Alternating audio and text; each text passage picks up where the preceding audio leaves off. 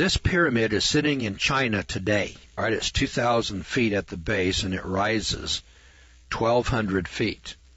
1,200 feet. The Great Pyramid in Egypt, 450 feet. This one rises 1,200 feet. There are actually 7 pyramids, flat-topped, with 3 carved giants resting along the outer edges. The 4 faces of the pyramids are, like so many ancient structures, aligned to the compass points. Traces of color remain on the sides, indicating that colors that were given to each side: east, aqua green; south, red; west, black; north, white; and on the flat tops, traces of yellow. In 1946, a U.S. Army airplane crew rediscovered and photographed these pyramids from the air. Place 26 skyscrapers the size of the Empire State Building, and you have the volume of the largest Shensi Pyramid. All right, you ever hear of that? I hadn't either. So I wanted to tell you. We weren't building 20-story buildings until 1900. And they're still here. These structures, by the way, boys and girls, have withstood time for thousands of years. The great mountains of the Peruvian Andes are awesome enough until you gaze up those extremely steep slopes, and you perceive the death-defying ruins perched on top of these mountaintops. The setting is terrifyingly wild.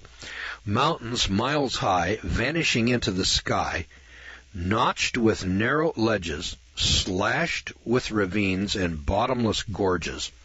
Waterfalls of an awesome beauty plunge from these immaculate snowy peaks down into the damp, unknown depths of the canyons. So rare is the air that even the mules are obliged to stop every 10 paces to catch their breath.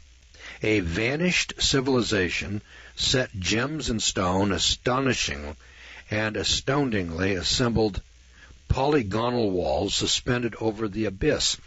They carved practically vertical stairways up stupendous precipices. High in the clouds rises one acrobatic stairway of 64 steps, which had to be carved in a place where one could only get a toehold for support. Another comprises 600 steps. Just imagine that.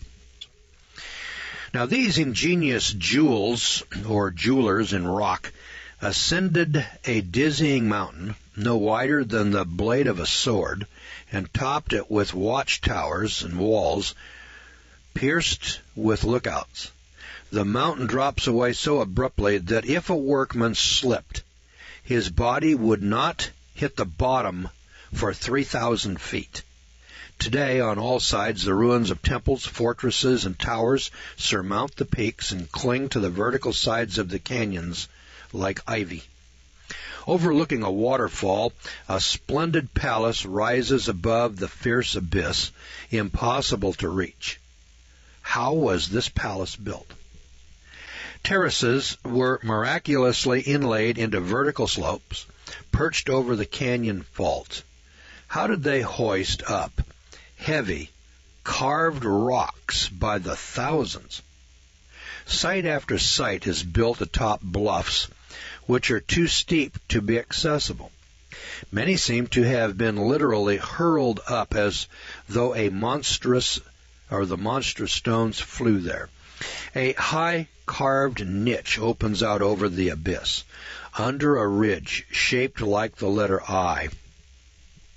The rock was leveled and encrusted with carefully joined stone cubes.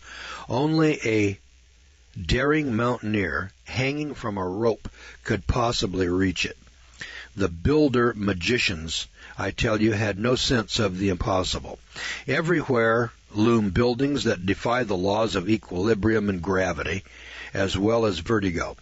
These are a triumph of human daring and of technology which almost smacks of science fiction.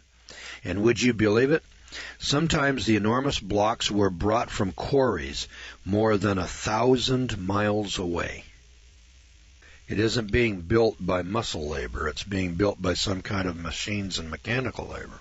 Now, many are covered with intricate carvings. No man alive could duplicate such carvings with the stone tools that we find. As Hyatt Verrell remarks, it is not a question of skill, patience, and time.